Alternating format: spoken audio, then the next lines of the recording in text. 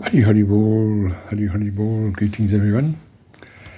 So today somebody asked me, what is the benefit of religion?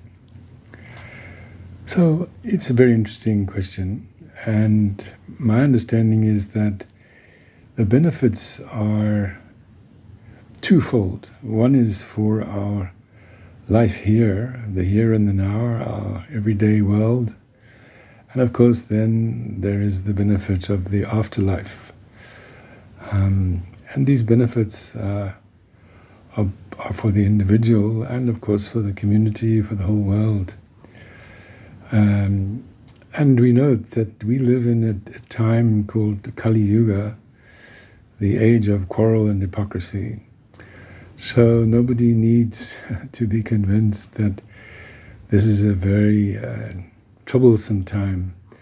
There's so much conflict in the community, in our personal lives, in our family lives, and of course between one nation and another. So much conflict. So the priority immediately, urgently, is peace. Peace in our own hearts, peace in our families, peace in our community, peace in the world. This is very, very urgent situation. So that means we need to have a change of heart. And Bhagavad Gita talks very nicely about the benefits of taking up this lovely process of Bhakti Yoga, how it actually brings about heart transformation.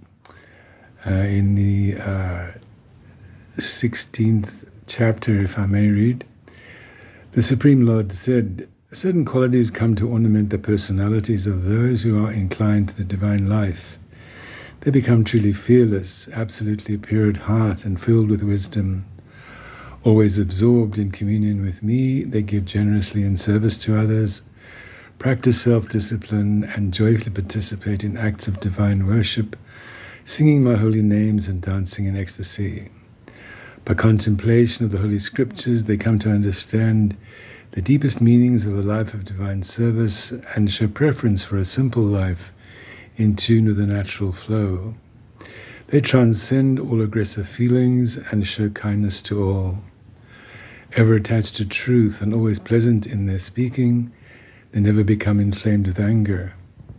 Turning their back on materialistic pursuits, they achieve perfect tranquility. They never like to see the defects of others, preferring to show their love and mercy towards all. Never greedy for mundane achievement, they are mild-mannered and gentle, humble and kind. They work with resolute purpose, are filled with vitality and strength, never take offense at anything, and are always ready to forgive the failings of others. Filled with courage on account of their deep faith, they always remain free of mundane taint and pray for the well-being of all. Although they are the most honorable of all souls, they never desire praise and are never pompous. So wonderful are the qualities of my devotees. So Krishna is giving us a very beautiful description here of what happens if we take to this process of Bhakti Yoga, divine life, how these qualities manifest. And of course, these qualities are much needed to harmonize both with our friends, our family, the community. How to harmonize. These qualities are necessary for that. And that harmony requires the absence of criticism, the absence of pride, the absence of anger. All of these things are very destructive, but taking to the process of Bhakti Yoga actually brings about this transformation, and nothing else can bring it about, because it takes place on the level of the soul. These qualities are actually natural qualities of the soul, so that has to be manifested. How to manifest the natural qualities of the soul. And in this way we can get benefit. So It's not a question of, oh, I go to church or temple or synagogue, and for the rest of the week, I struggle along in mundane world. I remember one lovely quote from Sridhar Maharaj. He talked about plodding along in the mud of misunderstanding. No, we, as we take to this bhakti yoga process, can begin to experience that this transformation is taking place. I'm becoming more tolerant. I'm becoming more humble. I'm offering respect to others. I don't criticize.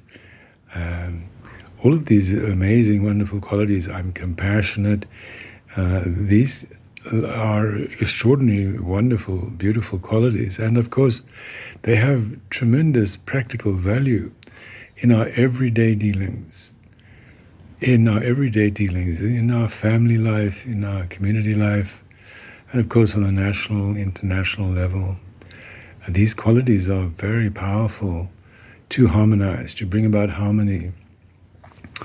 Also, I'm remembering a verse in Bhagavad Gita. Krishna is talking about what happens when we begin to advance on the path of God realization. He says, Brahma Bhuta Prasannatma Nishochati Nakangshati Samasaveshu Bhuteshu Na Bhakte Labate Param. He says that having realized one's identity in relationship to the Supreme Truth, one naturally becomes fully self-satisfied and blissful, never grieving for anything, never hankering for anything. One begins to see all living beings with love, and in this way one gradually attains the platform of unalloyed, pure devotional love for me.